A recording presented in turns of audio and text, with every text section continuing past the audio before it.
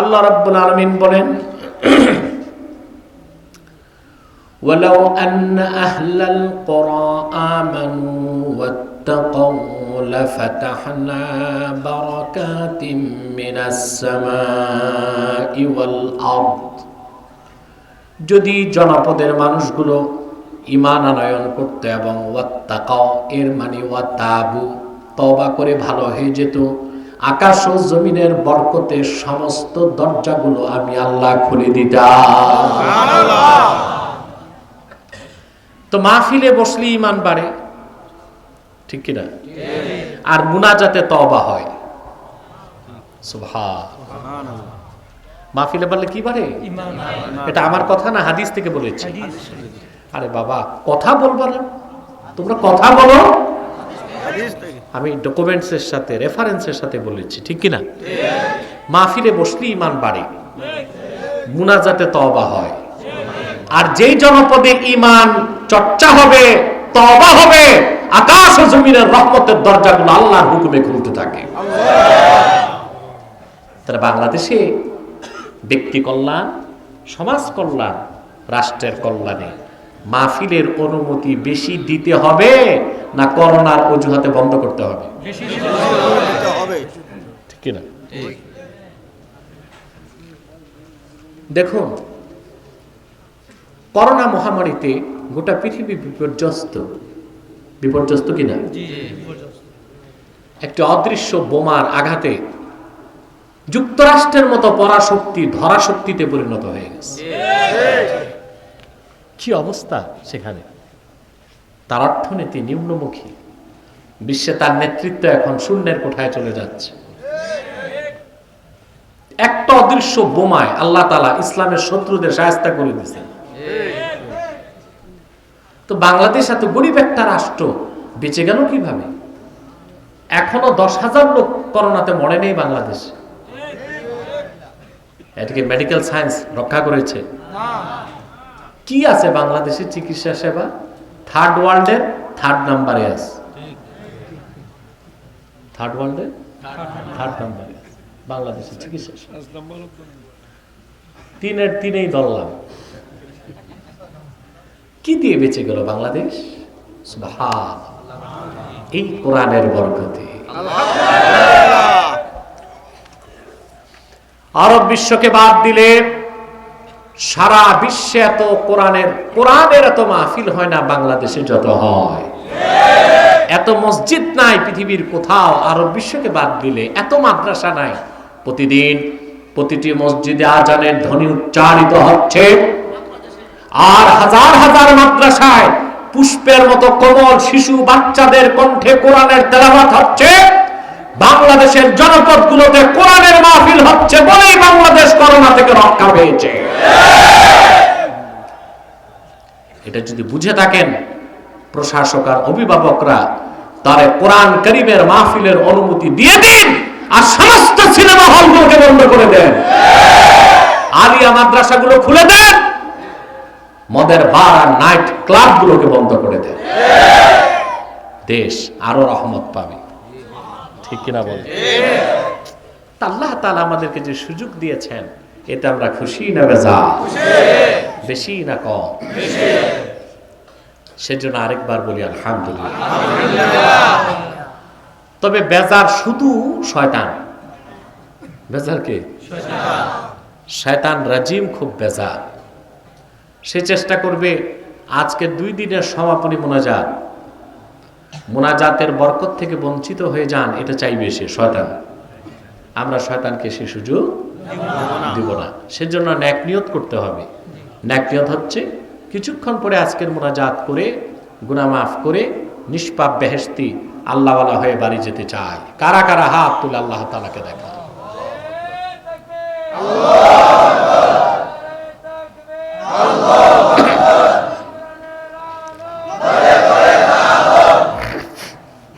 প্রিয় ভাই বন্ধুগণ,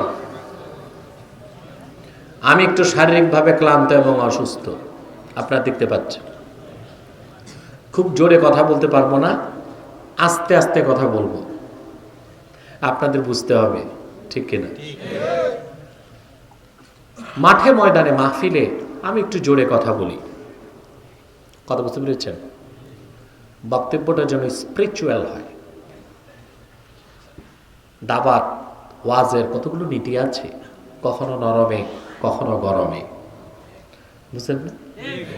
তবে লাইভ শোতে আমি খুব ঠান্ডা থাকি, কারণ যারা বসেন ওনাদের চিত্ত খুব দুর্বল, মনে খুব দুর্বলতা তাদের। যদি আমরা গরম হয়ে যাই তো হার্ট অ্যাটাক করে মরে যাবার সম্ভাবনা আছে, সেজন্য একটু ঠান্ডা থাকি। কি থাকি? দুই, ওনাদের মগজ আর মন এতটা ঝং ধরে গেছে যেটা জোরে ঘষতে গেলে, লোহা যেটা বেশি পুরান জোরে ঘষলে ভেঙে যায়, আস্তে আস্তে ঘষে সাফ করতে হয়। তা আমি চেষ্টা করছি, করে যাচ্ছি। আল্লাহর হাবিব মুহাম্মদ সাল্লাল্লাহু আলাইহি ওয়াসাল্লামের সদকায় আল্লাহ যদি কবুল করেন, বাংলাদেশের মাথা যারা বুদ্ধিজীবী এদের ব্রেন ওয়াশের চেষ্টা করে যাচ্ছি। জানি না আল্লাহ তাআলা কবুল করেন কিনা, কারণ আমার দৃষ্টিতে এরা বাংলাদেশের থিঙ্ক ট্যাঙ্ক, এরা বাংলাদেশের পলিসি মেকার, এরা ঠিক দেশ ঠিক, ঠিক কিনা? এরা ঠিক দেশ ঠিক, এরা থিঙ্ক ট্যাঙ্ক, এরা পলিসি মেকার। আমাদের তো পচন মাথায় ধরছে। কোথায় পচনটা ধরছে? কই? মাথায়। এই জন্য মাথার ট্রিটমেন্ট করতে হবে। কিসের ট্রিটমেন্ট?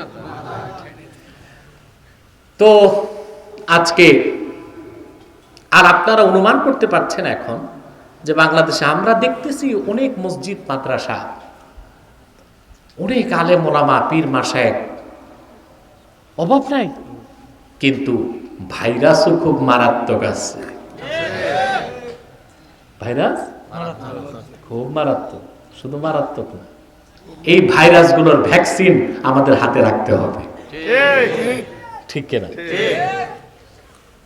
প্রিয় ভাই বন্ধুগণ, আর দেরি নয়, আমি আপনাদের ইহকালীন কল্যাণ ও পরকালীন মুক্তির লক্ষ্যে পরিপূর্ণ সফলতা কোথায় তা নির্ধারণের জন্য কোরআন কারীম সূরাতুল বাকারা থেকে কয়েকটি আয়াত তেলাওয়াত করেছি। খুব সংক্ষেপে আমরা নির্ভরযোগ্য তাফসীর এবং সহিহ হাদিসের ভিত্তিতে কথাগুলো শোনার চেষ্টা করব, যদি আল্লাহ পাক কবুল করেন। বলুন আল্লাহুম্মা আমিন। আমার সঙ্গে আপনারাও পড়ুন, যেন প্রতিটি অক্ষরের নূর আল্লাহ তাআলা আমাদের হৃদয়ে উদ্ভাসিত করে দেন। বলুন আল্লাহুম্মা আমিন। জবান খুলে পড়ুন। আউযু বিল্লাহি মিনাশ শাইতানির রাজীম। বিসমিল্লাহির রাহমানির রাহিম। الذين يؤمنون بالغيب ويقيمون الصلاة ومما رزقناهم ينفقون والذين يؤمنون بما أنزل إليك وما أنزل من قبلك وبالآخرة هم يوقنون أولئك على هدى من ربهم وأولئك هم المفلحون صدق الله العظيم وصدق رسوله النبي الحبيب الكريم পড়েন ونحن على ذلك من الشاهدين والشاكرين والحمد لله رب العالمين।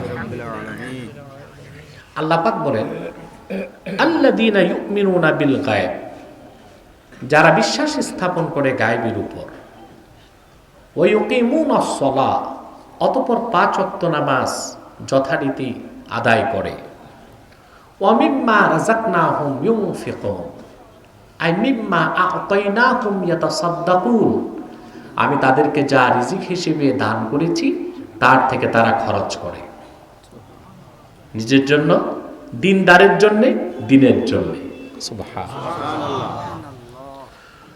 والذين يؤمنون بما أنزل إليك وما أنزل من قبلك এবং মুহাম্মদ সাল্লাল্লাহু আলাইহি ওয়াসাল্লামের উপর অবতীর্ণ এই কোরআন, যার পরে কোনো কিতাব নাই, এই কোরআনকে এবং পূর্বে নবীগণের উপর যে কিতাবগুলো নাজিল হয়েছিল ওগুলো এক সময় আল্লাহর বাণী ছিল এই বলে বিশ্বাস করে, আর চূড়ান্ত কালাম হিসেবে কোরআনকে সর্বশেষ ও চূড়ান্ত আসমানি কিতাব হিসেবে বিশ্বাস করে।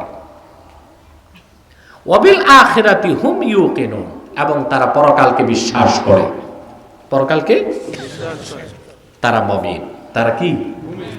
আল্লাহ পাক বলেন উলাইকা আলা হুদাম মির রাব্বিহিম ওয়া উলাইকা হুমুল মুফলিহুন।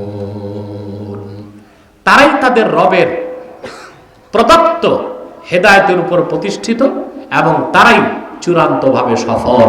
বলেন সুবহানাল্লাহ। আওয়াজটা তো আরো নষ্ট হয়ে গেছে, আগের মতো থাকলেও মোটামুটি চলা যাবে। স্টার্টিংটা যেরকম ছিল, স্টার্টিং। প্রিয় ভাই বন্ধুগণ, আমার কথা শুনতেছেন তো? সফল কারা? আল্লাহ তাদের কথা বলেছেন, ঠিক কিনা? আপনি কি সফলতা চান? ইহকালে না পরকালে না দোনোকালে? সুবহানাল্লাহ। আমরা ইহজাগতিক নই, আমরা পরজাগতিক। আমরা কি? এই জন্য আমাদের ইহজগত প্রয়োজন আছে। আর যারা ইহজাগতিক, বস্তুবাদী, জড়বাদী, নেচারালিস্ট, প্রকৃতিবাদী, নৈরাজ্যবাদী, এত কথার দরকার নেই। যাকে আপনারা বলেন নাস্তিক, হয়ে গেছে। এত বুঝে না তো মানুষ, ঠিক কিনা? মাইকটা এখন মনে হয় ঠিক আছে। এখন মাইকম্যানকে 3 ফুট পিছনে বসাও। ওদের একটা বদ অভ্যাস, এই ওদের বদ অভ্যাস হচ্ছে চুলকানি রোগ, একটু পর পর ধরে।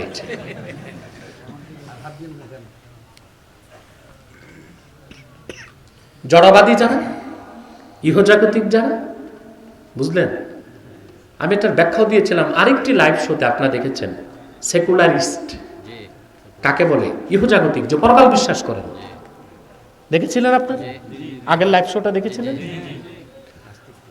অনেক ডকুমেন্টস দিয়ে আমি দিয়েছিলাম, তখন ওই বুদ্ধিজীবীও কুপকাত হয়ে গেছিল। আলহামদুলিল্লাহ, তার কাছে কোনো জবাব ছিল না। ওই হযরত ইব্রাহিমের কাছে নমরুদ যেভাবে ফাবুহিতাল্লাযী কাফার, হতভম্ব হয়ে গেছিল, কাফের নমরুদ, ওই অবস্থায় হয়েছিল। আপনারা দেখেছেন, বাংলাদেশবাসী দেখেছে, ঠিক কিনা? এই ইহজগতে যারা বিশ্বাসী, পরজগৎ বিশ্বাস করে না, তারাই সেকুলারিস্ট, জড়বাদী, বস্তুবাদী, প্রকৃতি পূজারী, যাই বলে। আমরা ইহজগৎ প্রয়োজন আছে, কিন্তু আমরা পরজাগতিক। আমাদের সবকিছু পরজগতের জন্য। সেজন্য লক্ষ্য করে দেখুন, কোরআন কারিমে আল্লাহ পাক সবচেয়ে প্রিয় দোয়া শিখালেন, রব্বানা আতিনা ফিদ দুনিয়া হাসানা ওয়া ফিল আখিরাতি হাসানাতাও ওয়া কিনা আযাবান নার। আয় আমাদের রব, দুনিয়াতে তুমি আমাদেরকে হাসানা প্রদান করো, আখিরাতে হাসানা প্রদান করো, জাহান্নামের আগুন থেকে বাঁচাও। দোয়াতে আগে কি আখিরাত চাইলেন না দুনিয়া চাইলেন? দুনিয়া লাগবে কিনা? লাগবে। সুবহানাল্লাহ। আমাদের দুনিয়াও লাগবে, আখিরাতও লাগবে। তবে আমরা দুনিয়ার জন্য নয়, আমরা আখিরাতের জন্য। আমরা পরজাগতিক। আমরা কি? পরজাগতিক। কিন্তু ইহজগতের প্রয়োজন আছে, যতটুকু প্রয়োজন ততটুকু ইহজগৎ। আল্লামা বদরুদ্দিন আইনি রাহমাতুল্লাহি আলাইহি সহিহ বুখারীর ব্যাখ্যা গ্রন্থ উমদাতুল কারিতে একটি হাদিস এনেছেন। আনাস বিন মালিক রাদিয়াল্লাহু তাআলা আনহু বলেছেন, আল্লাহর হাবিব নূর নবী মুহাম্মদ সাল্লাল্লাহু আলাইহি ওয়াসাল্লাম যখন মক্কা থেকে হিজরত করে মদিনাতুল মুনাওয়ারাতে গেলেন, হযরত আনাসের বয়স তখন মাত্র 10 বছর। কত? 10। তিনি বলেছেন, খাদিমতুন নবী সাল্লাল্লাহু আলাইহি ওয়াসাল্লাম আশরা সানাওয়াত, আমি রাসূলুল্লাহর খেদমত করেছি 10 বছর, খাদেম হয়েছি 10 বছর বয়সে। আল্লাহর হাবিব সাল্লাল্লাহু আলাইহি ওয়াসাল্লাম মক্কা থেকে হিজরত করে যখন মদিনাতুল মুনাওয়ারাতে আসলেন, হযরত আনাস বলেন আমার মা আমাকে নিয়ে রাসূলুল্লাহর কদমে হাজির হলেন। আমার মা বললেন আমি খুব ছোট্ট, 10 বছর বয়স আমার মা আল্লাহর রাসূলকে সম্বোধন করে বললেন খুআইদিমুকা আনাস ইয়া রাসূলুল্লাহ, হে আল্লাহর রাসূল, এই হলো আমার ছেলে আনাস, আপনার ক্ষুদ্র খাদেম। খাদেমের তাসগীর হচ্ছে খুআইদিন। খুআইদিন কি? খুআইদিন, যে আপনার ক্ষুদ্র খাদেম, তাকে আপনার জন্য ওয়াকফ করে দিলাম। এই সন্তান আমার আর দরকার নাই, শুধু আপনার কাছে হাদিস শুনবে, উম্মতকে শোনাবে। আমার মনটা চায় আমার সামনে আপনি একটু তাকে দোয়া করে দেন। সুবহানাল্লাহ। হাদিস সাক্ষী আল্লাহর হাবিব হযরত আনাস বিন মালিকের মাথায় হাত দিয়ে দোয়া করলেন। কি চমৎকার দোয়া! আপনাদেরকে আমি শিখায় যাই, সব সময় দোয়া আল্লাহর কাছে এই 4টা জিনিস চাইবেন। মনে থাকবে নাকি? রাসূলুল্লাহ সাল্লাল্লাহু আলাইহি সাল্লাম আনাস বিন মালিকের মাথায় হাত রেখে দোয়া করলেন, আল্লাহুম্মা বারিক ফি মালিহি ওয়া আওলাদিহি ওয়া আতিল উমরাহ ওয়াগফির যামবা। আল্লাহ তুমি আনাসের মালে বরকত দিয়ে দাও, তার আওলাদে বরকত দিয়ে দাও, আনাসের হায়াত লম্বা করে দাও, আর আখিরাতে গুনাহগুলো maaf করে দাও।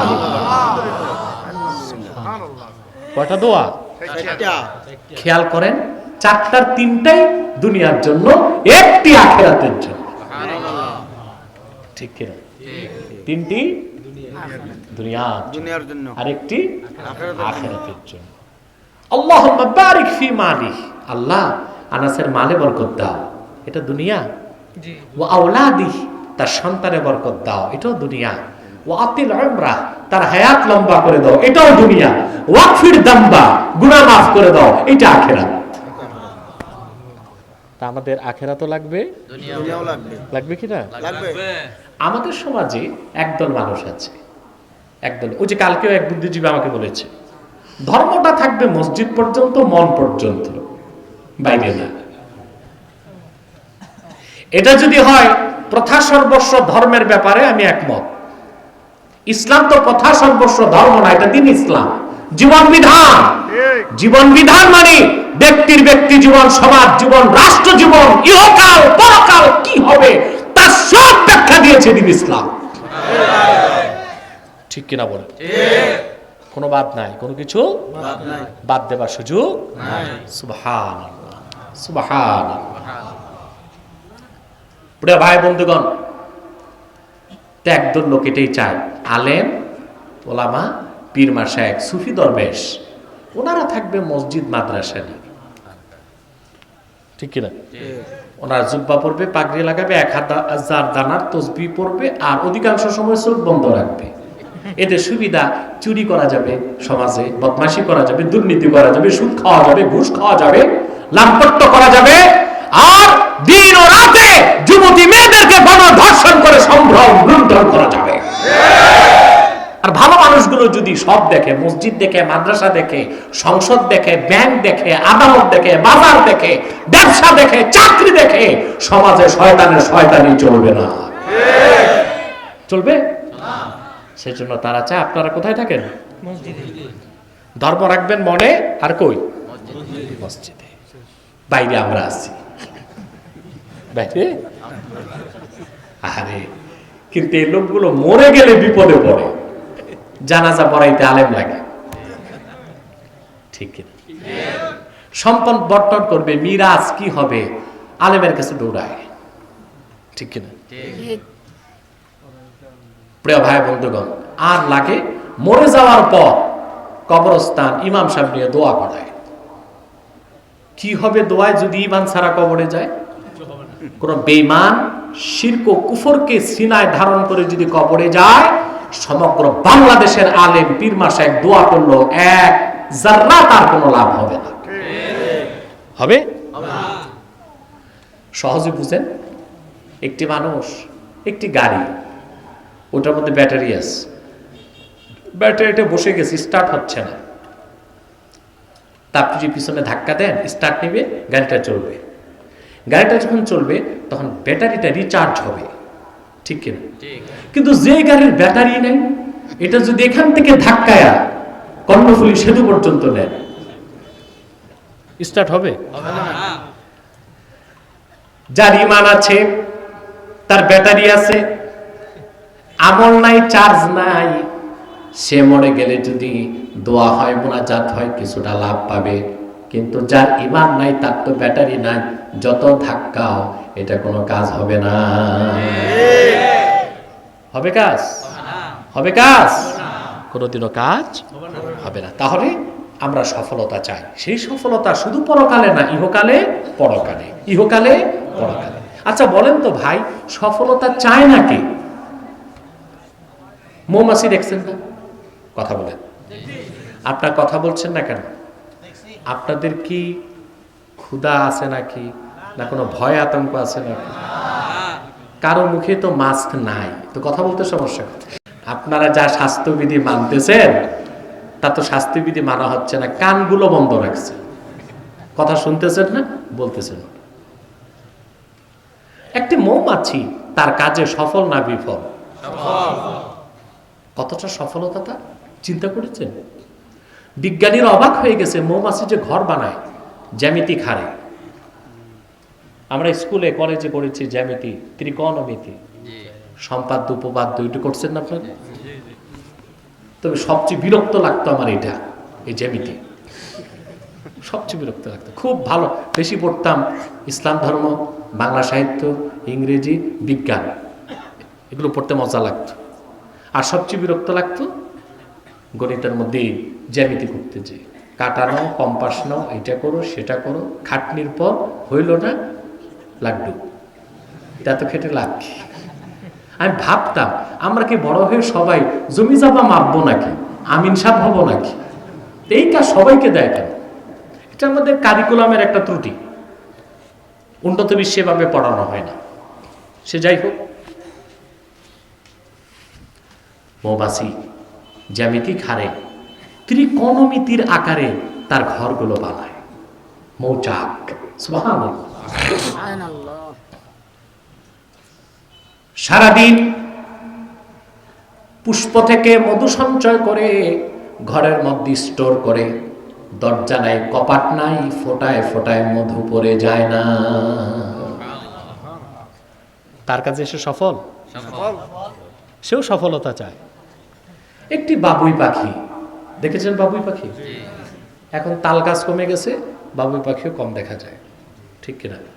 এসব ভাগছে সুন্দরবন, বান্দরবনে। তাল গাছ কমে গেছে, ঘর বানাবে কোথায়? একটি বাবুই পাখি সুনিপুণ দক্ষতায় তার ঘরটা বানায়। ঘরটাও কি ফ্লেক্সিবল, যত বাতাস আসুক এটা ভাঙবে না। কি সুনিপুণ দক্ষতায় সে ঘরটি বানায়। আর সেটার আপনার এক্সিট হচ্ছে উপরের দিক, এন্ট্রি হচ্ছে নিচের দিক। ওখানে পাখি ঘুমায়, ডিম পারে, পরেও যায় না। আমি তো বলি, যত প্রকৌশল বিশ্ববিদ্যালয় আছে বাংলাদেশে, বুয়েট, চুয়েট, রুয়েট, ডুয়েট, এই সবগুলো ইঞ্জিনিয়ারের মাথা এক জায়গায় করলো, বাবুই পাখির ঘরের মধ্যে একটা ঘর বানাতে পারবে না। এটা সফল সে, ঠিক কিনা? একটি বিড়াল একবার গাছে উঠতে পারে না, বারবার চেষ্টা করে। প্রতিটি মানুষ তো বটে, ইতর প্রাণীও সফলতা চায়। কি চায়? আর সবচেয়ে বেশি সফলতা চায় মানুষ। কিন্তু মানুষ ব্যর্থ যে সফলতা কোন পথে তা সে খুঁজে পায় না। এখানে এসে সে ধরা পড়ে যায়। মিথ্যাশ্রিত ধর্ম, বিকৃত মন্ত্র, ইজামতন্ত্র মতবাদের পিছনে দৌড়ে জীবন শেষ। ইহকালও শেষ, পরকালও শেষ, জীবনটা ব্যর্থ, ঠিক কিনা বলে? সফলতা কোথায়? কোরআন কারীমের সূরা বাকারাতেই আল্লাহ পাক বলে দিয়েছেন, মানুষ যদি ইহকাল ও পরকালে সফল হতে চায়, প্রথম যে পুঁজি তার দরকার তার নাম হলো ঈমান। সুবহানাল্লাহ। নাম কি? ঈমান। সফলতার জন্য প্রথম প্রয়োজন নির্ভেজাল, বিশুদ্ধ এবং পরিপূর্ণ ঈমান। এই ঈমান যার আছে সে সফল হয়ে গেল। আমল যত বাড়বে সফলতা তত বাড়বে। সুবহানাল্লাহ বলবেন না? আপনার কে কে ঘুমাচ্ছেন একটু হাত তুলে আমাকে দেখান। পাওয়া গেছে, দু একজন পাওয়া গেছে।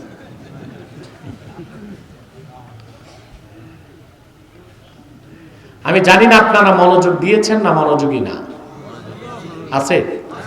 মানুষ আবার একদম না বুঝলেও কিছু বলে না, আর বেশি বুঝলেও চুপ থাকে। আপনারা কোনটায় আছেন আমি জানি না। না, বেশি বোঝা ভালো না, একটু কম বুঝলে ভালো।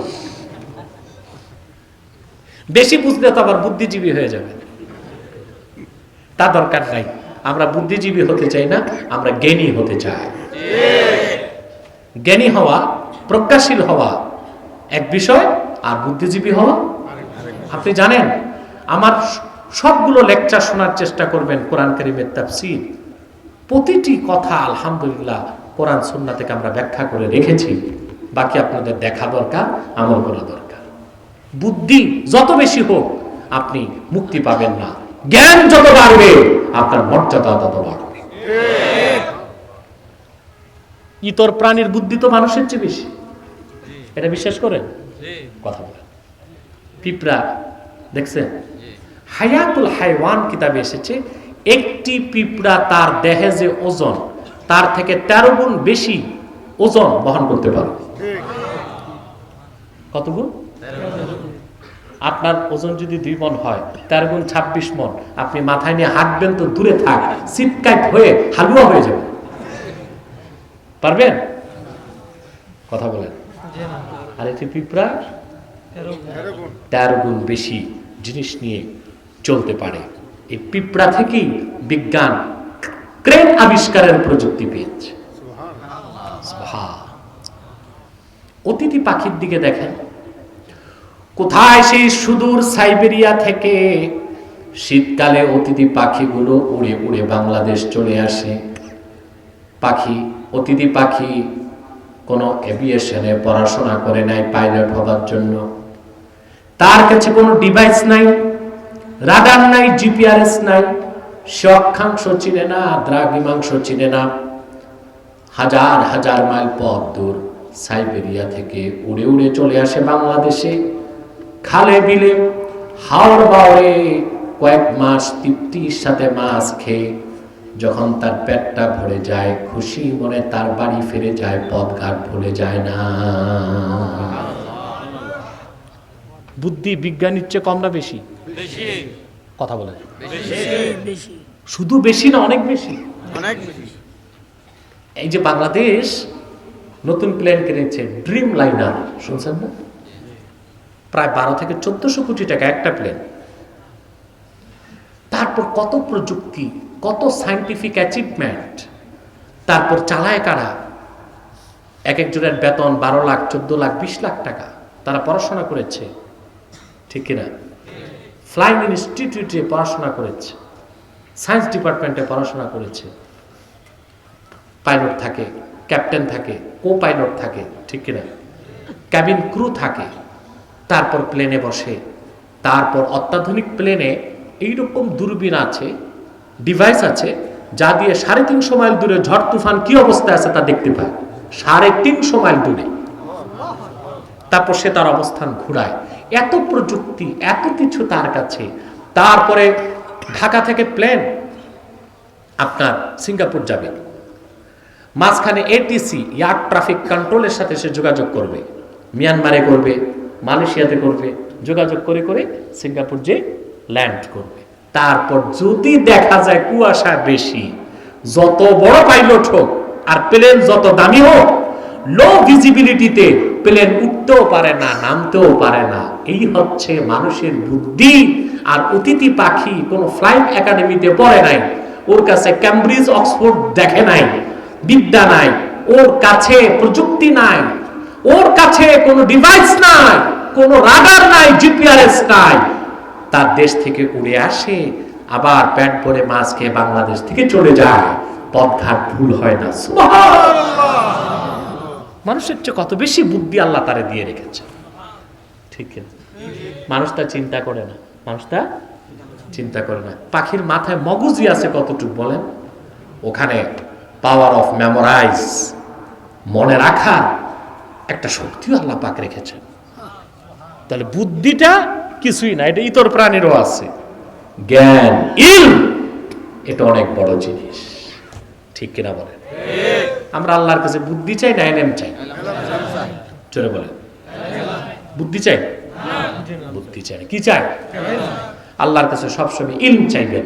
রব্বি জিদনি ইলমা, আল্লাহ তুমি আমার ইলম বাড়িয়ে দাও। যত চাইবে ইলম আসতে থাকবে আল্লাহর কাছ থেকে। খুব পড়াশোনা করে ডিগ্রি লাভ করা যায়, এলেমের দৌলত এটা আল্লাহর দেওয়া ভিক্ষা ছাড়া আর কিছু না, ঠিক কিনা? বহুত ডিগ্রি আছে আপনার, 18-20টা ডিগ্রি নিয়ে বসে আছে বাংলাদেশে এমন মানুষ আছে না? 18-20টা ডিগ্রি, ডিগ্রির অভাব নেই, কিন্তু যোগ্যতা কিছুই নাই, শূন্যের কোঠায়। কারণ ইলম, জ্ঞান, এটা কে দেন? আল্লাহ। তাহলে আপনার সফলতা চান? কথা বলেন। শুধু ইহকালে না, ইহকাল পরকাল দোনোকালে। তার জন্য আল্লাহ প্রথম যে শর্ত দিলেন, তাহলে আপনাকে ঈমান আনতে হবে। কি আনতে হবে? যার ঈমান নাই তার কিছুই নাই। ঈমান হলো এমন এক মূল্যবান সম্পদ যা মানুষকে ইহকালে কল্যাণ দিবে, পরকালে মুক্তি দিবে, কবর আযাব মাফ করে দিবে, হাসর ময়দানে কষ্ট দিবে না, পুল সিরাত বিদ্যুৎ গতিতে পার করিয়ে দিবে, আল্লাহর জান্নাত ওয়াজিব করে দিবে। সুবহানাল্লাহ। তার নাম ঈমান। আল্লাহর হাবিব ইরশাদ করেছেন, মান শাহিদা লা ইলাহা ইল্লাল্লাহু ওয়া আন্না মুহাম্মাদার রাসূলুল্লাহ হারামাল্লাহু আলাইহিন নার। যে ব্যক্তি কথা সাক্ষী দিবে, এই লোকটা প্রতি বছর 70 থেকে 80 মিলিয়ন টাকা খরচ করে গরিবের জন্য। কার জন্য? লাভ নাই, ঈমান নাই, এটা কোনো ভালো কাজ নয়।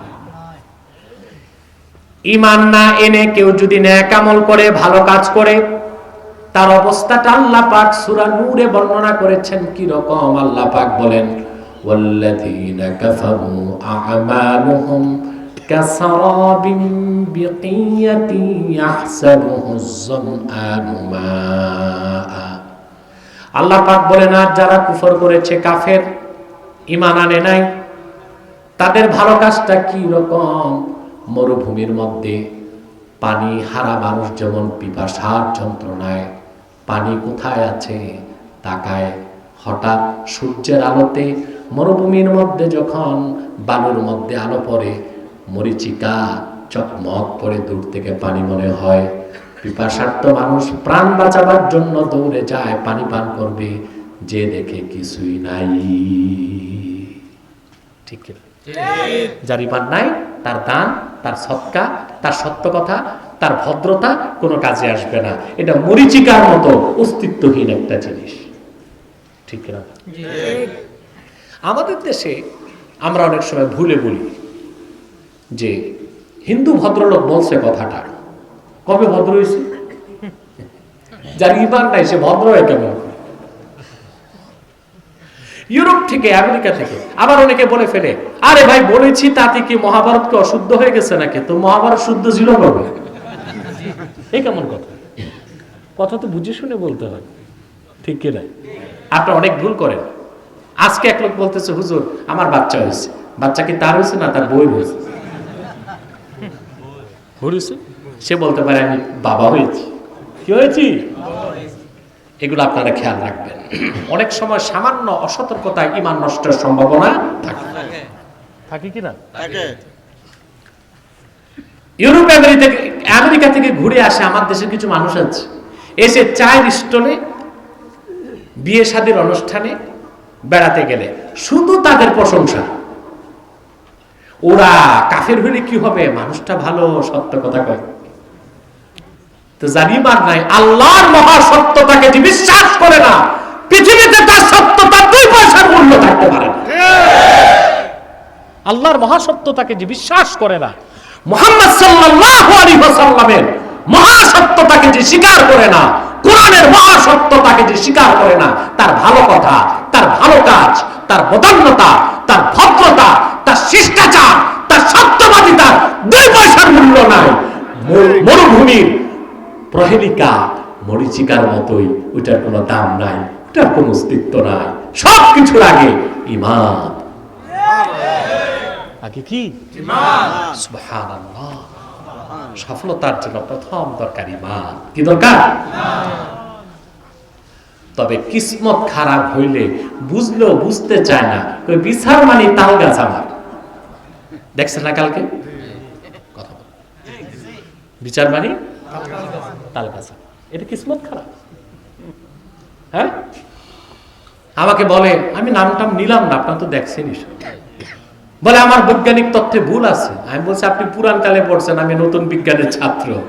তাকে থিসিস দেখালাম, অক্সফোর্ড ক্যামব্রিজের থিসিস, এটা বিশ্বাস করে না। ওই যে ঘুরে ফিরে বিচার মানে তাল গাছ আমার। আচ্ছা বলেন তো ভাই, 2 আর 2 কত? আর একজন বলতেছে না 2 আর 2 3। এটার কি ওষুধ আছে?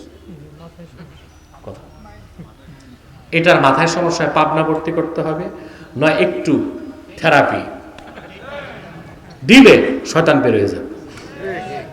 ঠিক কিনা? সবকিছু সফলতার মূলে কি? যে বলতে হবে কি? এখন বলবেন হুজুর ঈমান কি? প্রশ্ন আসেন। আমি যদি এখন থেকে ফজর পর্যন্ত সংজ্ঞা দিই, ঈমান বুঝাইতে পারবো না। আর একটি বাক্যে আমি পুরো ঈমানের সংজ্ঞাটা দিতে পারবো ইনশাআল্লাহ। মুহাদ্দিসগণ বলেন, বিশেষ করে ইমাম আযম বলেছেন, আল ঈমান হুয়া মুজাররাদু তাসদীকিন নবী মুহাম্মদ সাল্লাল্লাহু আলাইহি ওয়াসাল্লাম বিমা জাআ বিহি মুহাম্মাদুন সাল্লাল্লাহু আলাইহি ওয়াসাল্লাম উলিমা যারুরাতান। আল্লাহর হাবিব নবীজি মুহাম্মদ সাল্লাল্লাহু আলাইহি ওয়াসাল্লামের রিসালাতকে বিশ্বাস করার নাম হলো ঈমান। মুহাম্মদ সাল্লাল্লাহু আলাইহি ওয়াসাল্লাম আল্লাহর পক্ষ থেকে ১৫০০ বছর আগে যা কিছু বলেছেন, করেছেন, এনেছেন, তার সবটুকু ধারণ করেছে কোরআন আর সহিহ হাদিস, বিশুদ্ধ হাদিস। সেই কোরআন আর সব হাদিসকে বিনা প্রশ্নে বিশ্বাস করার নাম হলো ঈমান। নাম কি? এই কোরআনের ৬৬৬৬টা আয়াতের কোন একটি বাক্যের একটি শব্দকে কেউ যদি অস্বীকার করে, আর রাসূলুল্লাহর হাদিসগুলোর মধ্যে যদি মুতাওয়াতির কোন হাদিসকে অস্বীকার করে, তাকে আমরা বলি অবিশ্বাসী। তার কাছে শুনতে খারাপ লাগলো, শরীয়তে তার নাম কাফের। তার নাম কি? যদি শুনতে খারাপ লাগে। সুবহানাল্লাহ। আল্লাহর বিধান যে কত কার্যকর, এটা নাস্তিক রটের পায় না। একটা লোককে নাস্তিক বলবেন, খেপবে না, বুঝেন না? মুশরিক খেপবে না, কাফের বললে খেপবে না। তো তুমি তো কবর মানো না, হাসর মানো না, কাফের বললে তোমার সমস্যা কি? কিন্তু এই কথায় যে কি অ্যাকশন আছে এটা বোঝা যায়, ঠিক কি না? কথা বলেন, এই কথায় যে কি অ্যাকশন আছে এটা বোঝা যায়। কথা বুঝতেছেন? তাহলে ঈমানটা বুঝতে পেরেছেন? কোরআনের শুরু থেকে শেষ প্রতিটি বাক্যের, প্রতিটি শব্দের, প্রতিটি অক্ষর বিনা প্রশ্নে বিশ্বাস করলে আপনি মুমিন, আপনি মুসলিম। আর যদি আপনি একটা আয়াতকে অস্বীকার করেন, একটি আয়াতের একটি শব্দের একটি অক্ষরকে কোরআন জানার পরে অস্বীকার করেন, আপনি বেঈমান, কাফের। ঠিক কিনা? আমার প্রিয় ভাই বন্ধুগণ, এই কোরআন কারীম সুবহানাল্লাহ, সবকিছু প্রমাণ করার মানদণ্ড কোরআন। কোরআনকে প্রমাণ করার কিছু নাই, আছে? আমি বলে থাকি, একটি ফুটন্ত গোলাপ দেখলে বোঝা যায় এটা গোলাপ, মধ্যাহ্নে দিবাকর সূর্য দেখলে বোঝা যায় এটা সূর্য, কোরআন পড়লেই বোঝা যায় এটা আল্লাহর কালাম। সুবহানাল্লাহ বলবেন না? এটা আল্লাহর কালাম। সুবহানাল্লাহি রাব্বিল আরশিল আযীম। সেই ঈমানের কথা বলতে যে আল্লাহ পাক বলেন আল্লাযীনা ইউমিনুনা বিল গায়ব, যারা বিশ্বাস স্থাপন করে গায়েবের উপর। ঈমানটা গায়েব, ঈমানটা কি? এখন গায়েব কাকে বলে? প্রশ্ন আসেন, বলবো? হ্যাঁ, শুধু না দেখা না, বাতাস দেখি না, এটা কি গায়েব নাকি?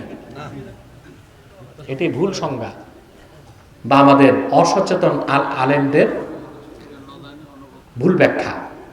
অদৃশ্যকে বলে গায়েব। আশ্চর্য কথা, অদৃশ্য যদি গায়েব হয় তো রুহু তো দেখি না, অনুভব করি। রুহু যদি গায়েব হয় তো সলিমউদ্দিন হাঁটে কেন? বাতাস লাগতেছে গায়ে, এটা ভিজিবল না ইনভিজিবল? দৃশ্যমান না অদৃশ্য? কথা বলে না। এটা কি গায়েব? যদি না দেখাটাই গায়েব হয় তো বাতাসকে গায়েব বলতে হবে। বাতাস যদি গায়েব হয় তো নাকি দিয়া ঢুকে কি না? বিশ্ববরণ্য মুফাসসির ইমামে খাজেন তাফসীর খাজেনে তাফসীর করেছেন কুল্লু মা গাবা আন হাওয়াসিল খামসা, প্রত্যেক সেই জিনিস যা পঞ্চ ইন্দ্রিয় থেকে দূরে তার নাম গায়েব। ইন্দ্রিয় কয়টা? পাঁচটা। কয়টা? চক্ষু, কর্ণ, জিহ্বা, নাসিকা মানে নাক। আপনারা কি বলেন? নাক। ও, আমাদের সাথে আপনাদের অনেক কিছুই তো মিল আছে। আপনারা যখন কথা বলেন চিরাঙ্গা ভাষায়, তখন আমাদের একজন ট্রান্সলেটর লাগে। আমরা বুঝি না এটা বাংলা না ফ্রান্সিস না ডাচ, বুঝি না। ইংলিশ হলে তো বুঝি, ঠিক কিনা? আঞ্চলিক, শুধু আঞ্চলিক না, চরম আঞ্চলিক। আমরা নারায়ণগঞ্জের মানুষ কুমিল্লার কথা বুঝি, একটু পার্থক্য আছে। নোয়াখালীরটা বুঝি, আমরা বলি ধরেছি, ওরা বলে দইচ্ছে। আমরা বলি করছে, ওরা বলে করছে, ঠিক কিনা? বুঝা যায়? হ্যাঁ, আমরা বলি বাড়ি কোথায়, বরিশালের লোককে বাড়ি কমবে বলুন, বুঝা যায়। কিন্তু আপনাদের চট্টগ্রামে আসলে আপনারা যে পারস্পরিক কথা বলেন, এটা ডিকশনারি ছাড়া আমরা বুঝবো।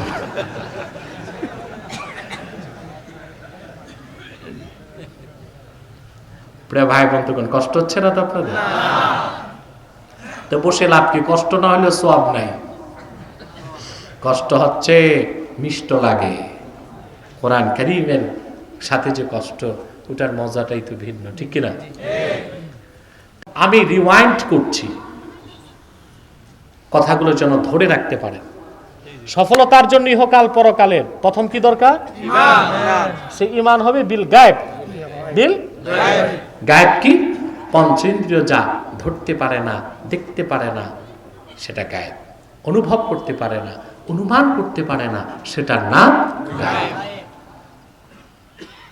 বুঝলেন আমার ভাইরা? এখন আসেন, আমাদের বিশ্বাসের মানদণ্ড আল্লাহর কোরআন, আর যারা অবিশ্বাসী তাদের বিশ্বাসের মানদণ্ড বিজ্ঞান। সেজন্য আমাদের অবস্থান কোথায়, তাদের অবস্থান কোথায় একটু চিন্তা করেন। বিজ্ঞান হলো সসীম, লিমিটেড। কোরআন হলো অসীম। সুবহানাল্লাহ। সসীম দিয়া অসীমকে যাচাই করবেন না অসীম দিয়া সসীমকে যাচাই করবেন? কেন? বিজ্ঞানের যত জ্ঞান এক করবেন সব লিমিটেড, সসীম।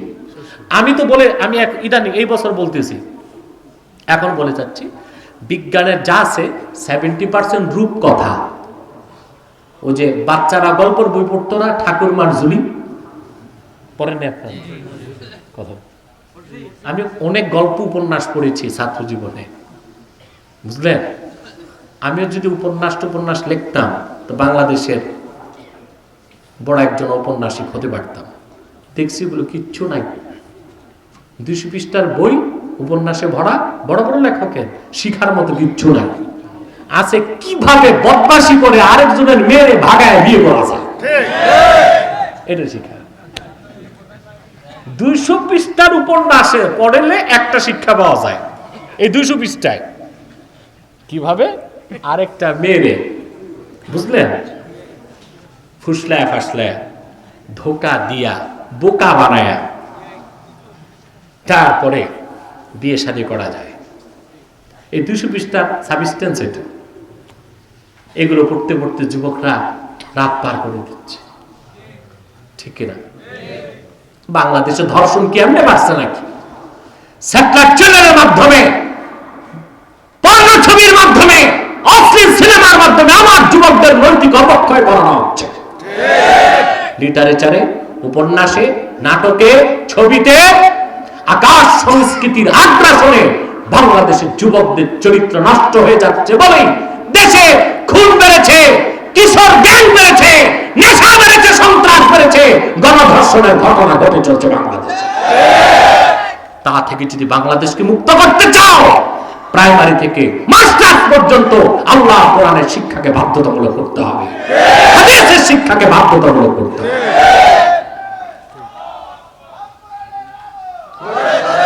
আল্লাহর বান্দারা ঘুম থেকে উঠছে মোটে।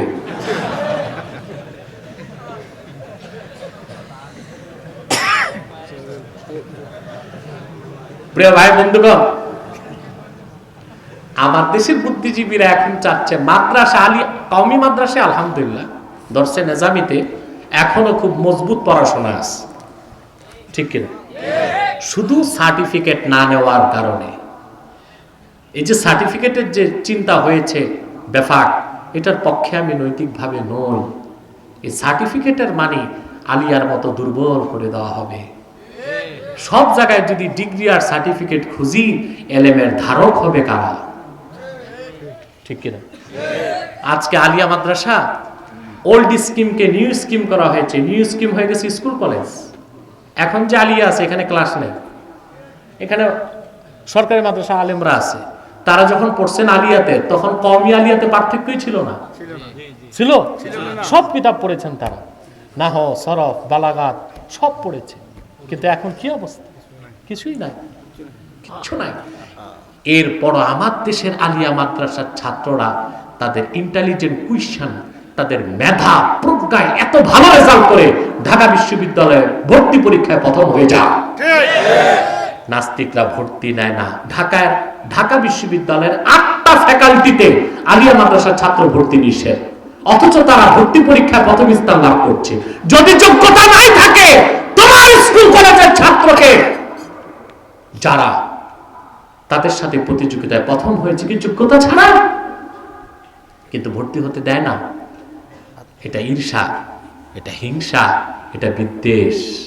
তারা বলে যে আলিয়া মাদ্রাসায় যে বিজ্ঞান পড়ে, অঙ্ক পড়ে, তা পর্যাপ্ত না।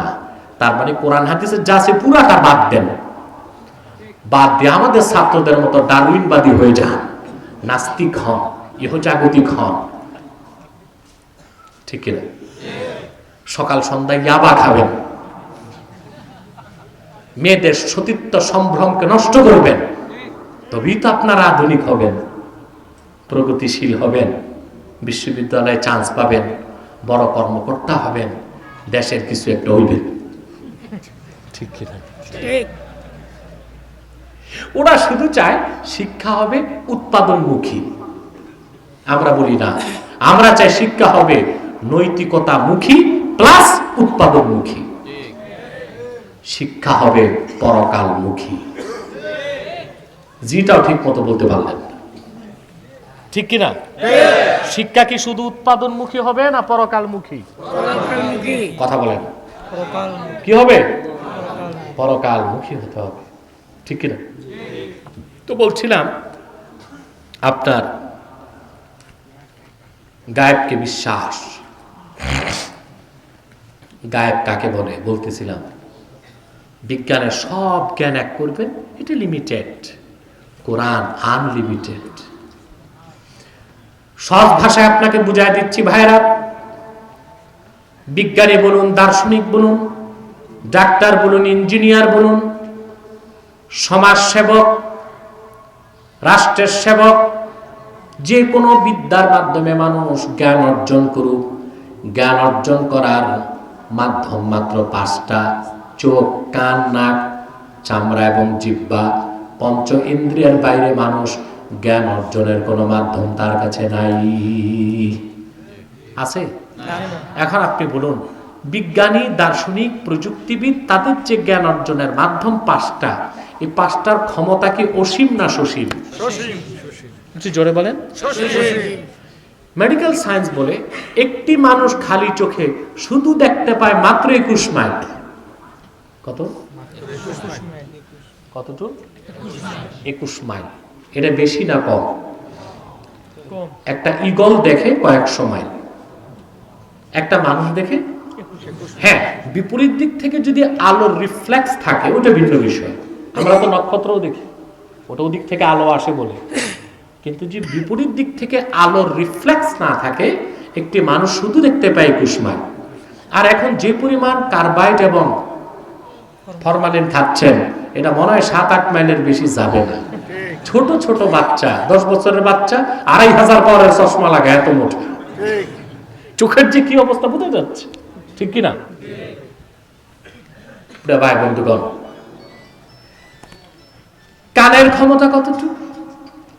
কোন শব্দের কম্পাঙ্ক যদি সেকেন্ডে 20,000-এর বেশি হয়, এই তীব্র আওয়াজ মানুষ কানে শুনবে না। আর কোন শব্দের কম্পাঙ্ক যদি সেকেন্ডে 20-এর কম হয়, এই ক্ষীণ আওয়াজও মানুষ শুনবে না। সেজন্য তো কানের পাশ দিয়ে পিঁপড়া হাঁটে, পিঁপড়ার পায়ের শব্দের আওয়াজ শুনতে পান না, কারণ ওটার কম্পাঙ্ক সেকেন্ডে 20-এর কম। অপরদিকে 3.5 হাত নিচের কবরে তর্জন আছে, গর্জন আছে, আওয়াজ আছে, শুনতে পান না, কারণ কবরের আওয়াজ সেকেন্ডে তার কম্পাঙ্ক 20 লক্ষেরও বেশি। কানে শোনেন না, সেজন্য এটাই লজিকটিক এবং সায়েন্টিফিক। কানের ক্ষমতা অসীম না সসীম? কথা বলে না। চোখের পাওয়ার অসীম না সসীম? জিহ্বা, জিহ্বায় কি খান আপনি, কি স্বাদ পান? 5 স্টারে খাইছেন কোনোদিন জানি না, ঢুকছেন? এখন আপনি 5 স্টার ঢাকাতে যদি যান, 3400 টাকা দিলে আপনি খেতে পারবেন বুফে। কত? ওখানে প্রায় 120টা আইটেম পাবেন খেতে। আপনি বুফে ঢুকবেন 3400 টাকা দিয়ে, আপনি স্বাধীন, সারা গরুর মতো যা পারেন খাবেন, নিতে পারবেন না, ঠিক কিনা? একটা মানুষ কি খায়? কিছু খেতে পারে? কিন্তু এই 120টি আইটেম 5 স্টারের এক জায়গায় করেন, স্বাদ আছে কয়টা? মাত্র 6টা। ঝাল, টক, মিষ্টি, ন্যানো, তেতো, পানসা। খাইছেন কত পদ? কিন্তু স্বাদ পাইছেন আনলিমিটেড। তারপরও আল্লাহ তাআলা দয়া করে জিহ্বাতে 10,000 টেস্টিং বার্ড ফিট করে রেখেছেন। সুবহানাল্লাহ। টেস্টিং বার্ড হচ্ছে এমন ডিভাইস, আপনি স্বাদ জিহ্বায় দিলেই মজা পাবেন। দুনিয়া তো আছে 6টা, এত দিচ্ছেন কেন? বাকিটা জান্নাতের জন্য। সুবহানাল্লাহ। প্রিয় ভাই বন্ধুগণ,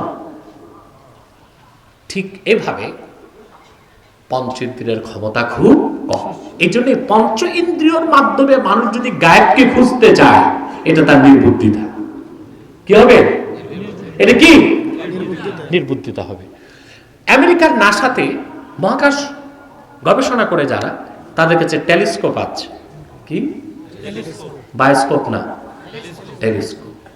সেটা নরমাল টেলিস্কোপ না, সুপার কম্পিউটারাইজড টেলিস্কোপ। নাসাতে বসে মিলিয়ন মিলিয়ন সূর্য, সূর্যটা খুব কাছে আমাদের। কত কাছে জানেন? 15 কোটি কিলোমিটার দূরে। এটা কাছে, কারণ আমরা সৌরজগতের পরিবার, ঠিক কিনা? আমাদের পৃথিবীটা সূর্যের সদস্য, সৌরজগতের সদস্য। এই জন্য সূর্যটা কাছে, তারপরও কত দূরে? 15 কোটি কিলোমিটার দূরে। ওখান থেকে আলো আসতে সময় লাগে 8 মিনিট 20 সেকেন্ড সূর্য উঠলে, কারণ আলোর গতি সেকেন্ডে 1,86,000 মাইল। সেজন্য সূর্য থেকে আলো পৃথিবীতে আসতে সময় লাগে কতক্ষণ? 8 মিনিট 20 সেকেন্ড। নাসাতে বসে বিজ্ঞানীরা দেখেছে সূর্যের চেয়ে মিলিয়ন মিলিয়ন মিলিয়ন আলোকবর্ষ দূরে নক্ষত্র আছে। এই যে টেলিস্কোপে যে বিজ্ঞানী দেখে, সে যদি 2 চোখে অন্ধ হয় তো টেলিস্কোপ দিলে কি বায়োস্কোপ দিলে কি ও কি দেখবে? ও তোর নাকের আগায় যে মাছি বসছে তাও দেখবে না। তাহলে বিজ্ঞানীর জ্ঞান অর্জনের মূল মাধ্যম কি? টেলিস্কোপ না চোখ? ডিভাইস না কান? যন্ত্র না চামড়া? আর এগুলো সব ক্ষমতা কি? সীমিত, সসীম। এই জন্য এই সসীম বিজ্ঞান দিয়া অসীম কোরআনকে জাস্টিফাই করা যাবে না। অসীম কোরআন দিয়ে সসীম বিজ্ঞানকে জাস্টিফাই করতে হবে। সেজন্য আল্লাহ যা বলেছেন বিনা প্রশ্নে মেনে নিতে হবে। ইউমিনুনা বিল গায়ব। ঠিক ঠিক। সেজন্য আমাদেরকে ওর একটা নাম দিয়েছে মৌলবাদী। আমরা মৌলবাদী? অবশ্যই অবশ্যই। মৌলবাদী ছাড়া তুমি মুসলমান হতে পারবা না। মৌলবাদী মানে ফান্ডামেন্টালিস্ট। কে ফান্ডামেন্টালিস্ট? যে ফান্ডামেন্টালিজমকে বিশ্বাস করে। আপনারা ইসলামের মূল ভিত্তি 5টা বিশ্বাস করেন না? কথা বলে না। ইসলামের মূলকে বিশ্বাস না করলে মুসলমান হবে? এই অর্থে আমরা মৌলবাদী, তবে আমরা উগ্রবাদী নই। মৌলবাদ এক বিষয়, উগ্রবাদ আরেক বিষয়, ঠিক কিনা? আবার আমাদেরকে একটা গালি দেওয়ার, আমরা সাম্প্রদায়িক। আমরা কি? আমি চ্যালেঞ্জ করেছি বুদ্ধিজীবীদেরকে বাংলাদেশে, এবং আমার ওপেন চ্যালেঞ্জ, যতদিন আমি বাংলাদেশে বেঁচে থাকবো তাদের কাছে, বুদ্ধিজীবীদের কাছে, একমাত্র মুসলমান সাম্প্রদায়িক, আর সকল ধর্মের লোক সাম্প্রদায়িক। কারণ সাম্প্রদায়িক কাকে বলে? যে সম্প্রদায় তার নিজের জন্য সে সাম্প্রদায়িক। মুসলমান নিজের জন্য না, গোটা বিশ্বের কল্যাণে। কোরআন কারীমে আল্লাহ তাআলা বলেছেন, কুনতুম খায়রা উম্মাতিন উখরিজাত লিন-নাসি তা'মুরুনা বিল মা'রুফি ওয়া তানহাউনা 'আনিল মুনকার ওয়া তু'মিনুনা বিল্লাহ। তোমরাই উম্মতে মুহাম্মাদি শ্রেষ্ঠ জাতি। উখরিজাত লিন-নাস আই আখরাজাকুমুল্লাহু লিনাফইন নাস। গোটা বিশ্ব মানবতার কল্যাণে আল্লাহ পাক তোমাদেরকে বের করেছেন। আমরা কি আমাদের জন্য না সবার জন্য? তা আমরাই অসাম্প্রদায়িক, আমরাই। আর ওরা সাম্প্রদায়িক। ওরা কি? বাকিরা সাম্প্রদায়িক, আমরাই অসাম্প্রদায়িক, ঠিক কিনা বলেন? ঈমান বিল গায়ব বুঝতে পারছেন? কথা বলেন। এবার একটু সামনে যাব, আমি ছেড়ে দিব এখন। আমি অসুস্থ আগে বলেছি, আজকে তো আমাকে মাফ করতে হবে। তারপর মাইক যা অবস্থা, জানি না আমার গলায় ডিস্টার্ব হচ্ছে না মাইকে ডিস্টার্ব, এটা বুঝতেছি না। আমার মনে হয় ঠান্ডা লেগে আছে, তো আমার মাইকেও ডিস্টার্ব আছে, মাইকেও ডিস্টার্ব আছে। আমি দোষটা আমার উপরই নিয়েছি যেন মাইকম্যান রাগ না করে। কারণ এই এতগুলো মানুষ বসে আছে, ওর মাইকের বদনাম করলে ওর ব্যবসা তো ডান্ডি পটাশ। আমি তো তার ক্ষতিটা চাই না। প্রিয় ভাই বন্ধুগণ, ডিব্বা কি একটা না দুইটা? না, এটা তো মাথা মানুষের। তুমি তো দূরে বসো না, ডিব্বা থেকে দূরে বস। আমি ভাবছি এটাও একটা ডিব্বা।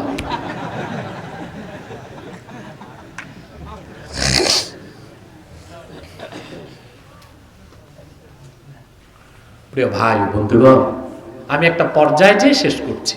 কেন আমরা 2 দিন 3 দিন ওয়াজ শুনি, কোনো মেসেজ বাড়িতে নেই না, নেই। বক্তা যে 3 ঘন্টা কি বলে, ওনারও যদি জিজ্ঞেস করেন গেটে কি কি বললেন, উনি বলবেন কিচ্ছু মনে নেই।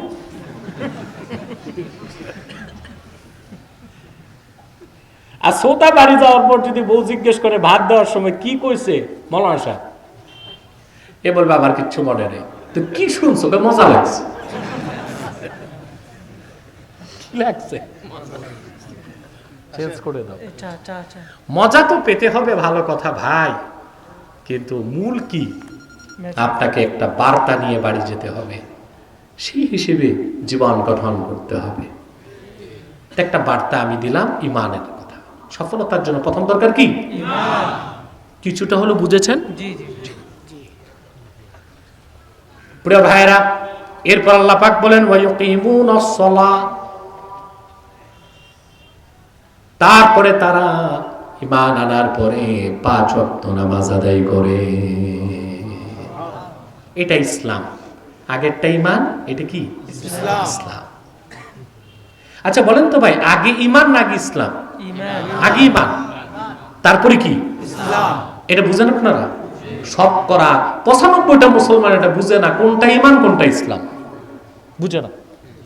আগে ঈমান এনে মুমিন, তারপর আনুগত্য বরণ করে ইসলাম মুসলিম। আমাদের দেশে আমরা বলি ইসলাম অর্থ শান্তি, আবার ক্ষুদ্র জীবনে খুঁজে এই রকম ব্যাখ্যাটা পাই নাই। কেন এই ব্যাখ্যাটা আমরা করি? ইমামে ফখরুদ্দিন রাজি রাহমাতুল্লাহি আলাইহি ইসলাম শব্দের ব্যাখ্যায় লিখেছেন, ওয়া আসলুহু মিনাস সিলমি হুয়াল ইনকিয়াদুজ যাহির মা শারতি ইনকিয়াদিল বাতিন। কালেমাকে অন্তরে বিশ্বাস করার পরে যদি কেউ বাহ্যিক আনুগত্য প্রদর্শন করে তার নাম ইসলাম। ইসলাম অর্থ আনুগত্য, ইসলাম অর্থ আত্মসমর্পণ। তবে আল্লাহর আনুগত্য বরণ করলে দুনিয়া ও আখিরাতে শান্তি, সেই অর্থে ইসলাম অর্থ শান্তি হতে পারে। কথাটা ব্যাখ্যা সাপেক্ষ। কথাটা কি কথা বুঝতেছেন? তা আগে কি ঈমান এনে মুমিন, তারপর আনুগত্য বরণ করলে ইসলাম মুসলিম। আল্লাহ পাক ঈমানের পর প্রথম আনুগত্য দিলেন সালাত, নামাজ। ঠিক কিনা? আপনি যে মুসলিম তার সিগনিফিকেশন এটা। আপনি কি কথা বলেন? চিহ্ন কি? নামাজ। আপনি যে মুসলিম। আচ্ছা ভাই, ঈমানটা দেখা যায়? এটা মনে থাকে। কোথায় থাকে? ইসলামটা দেখা যায়। ইসলামটা দেখা যাওয়ার জন্য আল্লাহ ও তার রাসূল সাল্লাল্লাহু আলাইহি সাল্লাম প্রথম যে আলামতটা দিয়েছেন তা হলো সালাত, নামাজ। এটা বুখারী ও মুসলিমের হাদিসও এসেছে। আল্লাহর হাবিব ইরশাদ করেছেন, হাদিসটি বুখারীতে আছে, মুসলিমে আছে, মিশকাতে আছে।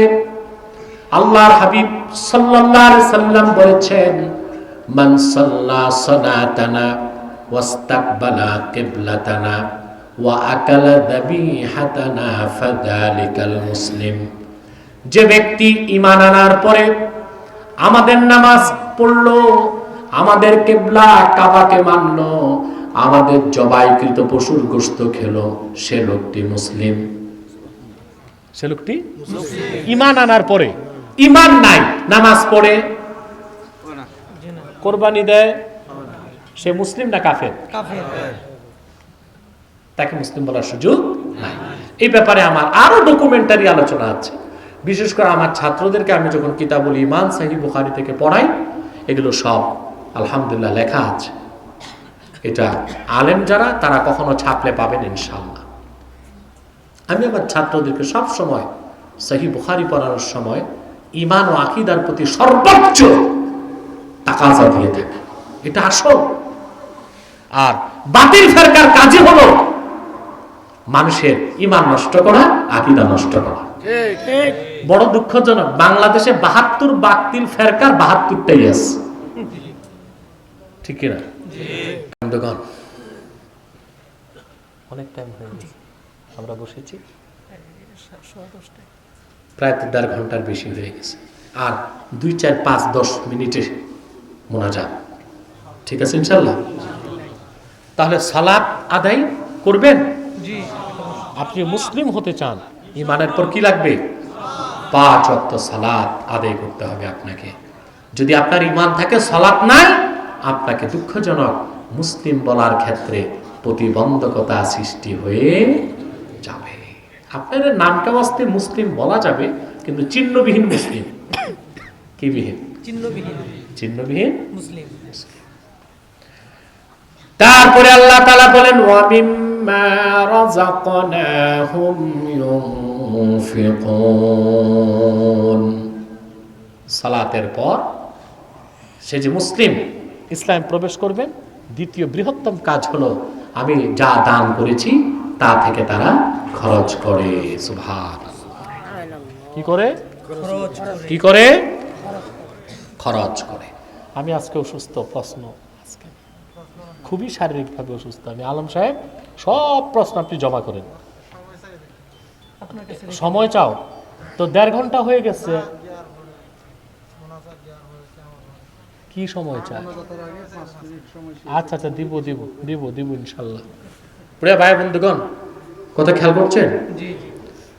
যাকাত, সাদকা, নুজুর, মান্নত, এই যা কিছু আপনি করবেন সব আল্লাহর পথে খরচ বলে গণ্য হয়ে যাবে। বড় আফসোস, আমরা যাকাতটাও ঠিক মতো দেই না। নফল সদকা, নফল খরচ তার ধারে কাছে আমরা নাই। বাংলাদেশের মানুষ যাকাতটাও ঠিক মতো দেয় না। দেয় যাকাত কতটুকু? যার 1 লক্ষ টাকা আছে 2,500 টাকা যাকাত দিতে হবে। এভাবে বাংলাদেশে যাকাত দেওয়ার লোকের সংখ্যা খুব খুব। আমি যদি একটা কথা বলি আপনারা মানবেন কিনা জানি না, বাংলাদেশে সবচেয়ে বেশি যাকাত খায় বাংলাদেশের ধনী মানুষরা। একমত আমার সাথে? কিভাবে? সে যে যাকাত দেয় না, গরিবেরটা সে নিজে খাচ্ছে, ওটা যাকাত খাচ্ছে। যার 1 লক্ষ টাকা 2,500 টাকা তার না, ওইটা কার? সেটা তো সে দিচ্ছে না, খাচ্ছে। তাহলে সে তার নিজের যাকাত নিজে খাচ্ছে। এর জন্য বাংলাদেশের পুঁজিপতি, শিল্পপতি যারা কোরআন সুন্নাহ মানে না, তারা সবচেয়ে বড় যাকাতখোর। এটা আপনারা বুঝেছেন কিনা আমি জানি না। বুঝছেন না? যাকাত তো দিতেই হবে, অর্ডার।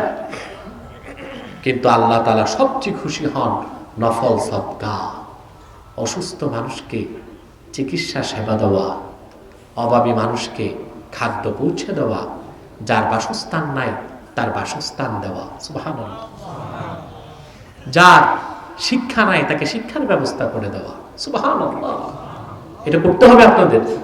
আপনারা যত বেশি কোরআন সুন্নাহ অনুযায়ী মুসলমানের জন্য দরদি হবেন, এনজিও খ্রিস্টানদের চক্রান্ত তত বুমেরাং হতে থাকবে বাংলাদেশে। এই যে এনজিও গুলো বাংলাদেশে দেখেন না, ব্রাক, আশা, নিরাশা, আক্ষেপ, পদক্ষেপ, ঠিক না? হ্যাঁ, আশা, নিরাশা, সহসা, ব্যাঙ্গের ছাতার মতো এনজিও সারা বাংলাদেশ ভরে গেছে। সুদের মাধ্যমে বাংলাদেশের মানুষকে সুদখোর বানাচ্ছে। পুরুষকে ঋণ দেয় না, মহিলাটারে দেয়। তাদের চক্রান্ত কত গভীর। প্রথমে মহিলাটার পর্দা নষ্ট করে, ঘরটাকে একটি সুদী পরিবার বানায়। পরবর্তীতে মহিলাটি বেপরদা হয়ে পরকীয়ায় লিপ্ত হয়, সংসারে আগুন ধরে যায়। এই হচ্ছে এনজিওদের সুদূর প্রসারী চক্রান্ত বাংলাদেশে। ডি ইসলামাইজেশন, একটি ইসলাম মুক্ত বাংলাদেশ করার চক্রান্তে তারা এগিয়ে যাচ্ছে। যদি তা দমন করতে চান, কথা বলে না, তাহলে তাদেরকে ডিফেন্স দিতে হবে কোরআন সুন্নাহর পদ্ধতিতে। তারা আমার দেশের লক্ষ লক্ষ মানুষকে পথভ্রষ্ট করে দিচ্ছে, দারিদ্রতার সুযোগ হাতে দিন। ঠিক না বলেন? আমরা প্রতিটি মুসলমান যদি সচেতন হই, প্রতিটি মুসলমান যদি আল্লাহ তার রাসূল সাল্লাল্লাহু আলাইহি ওয়াসাল্লামের বিধানকে মানি যে আমার 1 লক্ষ টাকায় আমার প্রতিবেশী গরিবের 2,500 টাকা আছে, আমরা যদি দায়িত্ববান হই, আল্লাহর হাবিব ইরশাদ করেছেন,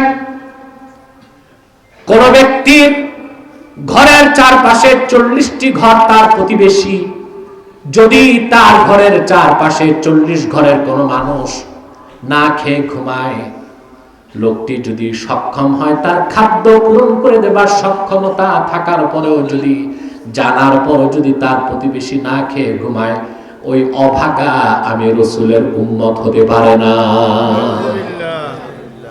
প্রত্যেক ধনবান সক্ষম ব্যক্তির আশপাশে কয় ঘর তার প্রতিবেশী, তাকে খবর রাখতে হবে কয় ঘরে। আমার সমাজের, আমার দেশে গ্রাম আছে বোধহয় 85,000 নাকি? হ্যাঁ, না বেড়ে গেছে, চকরিয়ায় তো থানা হয়ে গেছে, ঈদগাহ থানা হয়ে গেছে। আরে ইসলামাবাদ কবিজন আবার থানা ঘোষণা করে, ঠিক নেই? আছে না গ্রাম 8-10টা ইউনিয়নে?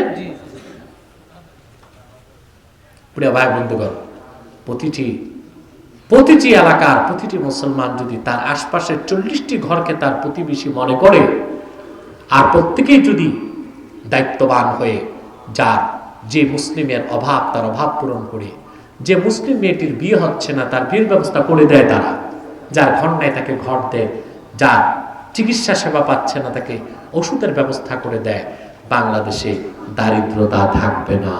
দারিদ্রতা জায়গা নেবে জাতীয় জাদুঘরে। ঠিক কিনা বল? আমরা তা করছি না, এটা আমরা দায়িত্বহীনতার পরিচয় দিচ্ছি। ঠিক কিনা বল?